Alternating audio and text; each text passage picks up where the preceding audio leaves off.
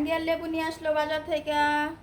ইফতারিগুলো খুব সুন্দরভাবে বানিয়ে ফেললাম, অনেক সুন্দর হয়েছে ইফতারিগুলো। আর স্পেশালি পেঁয়াজিগুলো কিন্তু খুব সুন্দর লোভনীয় হয়েছে, দেখতে কিন্তু খেতে মন চায়, দেখলেই ভালো লাগে এরকম সুন্দর সুস্বাদু খাবার। আর এখানে কিন্তু ঘুগনি বসায় দিলাম, ঘুগনিগুলো বুটগুলো কিন্তু খুব সুন্দরভাবে রান্নাটা করে নিলাম, এরকম সুন্দর করে নাড়াচাড়া দিয়ে দিলাম আর খুব সুন্দরভাবে রান্নাটা করে ফেললাম।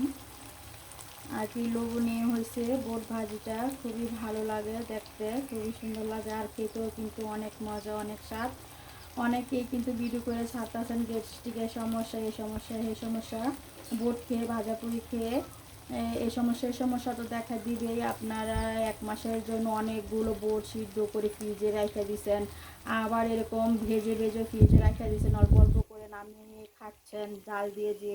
আর ফ্রিজের খাবারটা তো এমনিই অস্বাস্থ্যকর, ফ্রিজের খাবারটা খাওয়াই নিষেধ। আর অথচ রোজার মধ্যে এরকম করছেন একটু কষ্টের জন্য, তো আপনাদের গ্যাস্ট্রিকের সমস্যা হবে না, কার সমস্যা হবে আমাদের।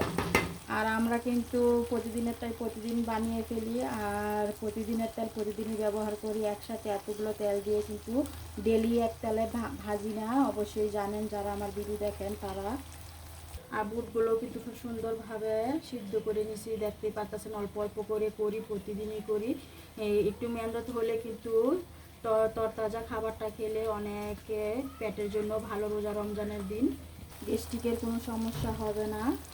অবশ্যই প্রতিদিনের খাবারটা প্রতিদিন বানিয়ে খাবেন, তা না হলে তো গ্যাস্ট্রিকের সমস্যা দেখা দিবেই। অনেকেরই দেখছি বুট সিদ্ধ করে করে আর ডাল ভেজে এই ব্লেন্ডার করে ফ্রিজে রেখে দিছে, একটু একটু নামিয়ে নামিয়ে পেঁয়াজু বানায়, কিন্তু সেটা কিন্তু এমনিতেই অস্বাস্থ্যকর।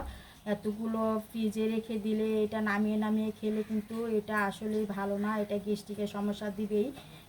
ডাক্তার কিন্তু পরামর্শ দিয়ে দেয় ফ্রিজের খাবার না খাওয়ার জন্যই, অথচ আপনাদের একটু কষ্টের জন্য এই ফ্রিজে রেখে রেখে জিনিসগুলো খাওয়াচ্ছেন ফ্যামিলিদেরকে একটু কষ্টের জন্য। এটা করা থেকে বিরত থাকবেন, দেখবেন গ্যাস্ট্রিকের সমস্যা কখনোই দেখা দিবে না। সবাই ভালো থাকেন, সুস্থ থাকেন।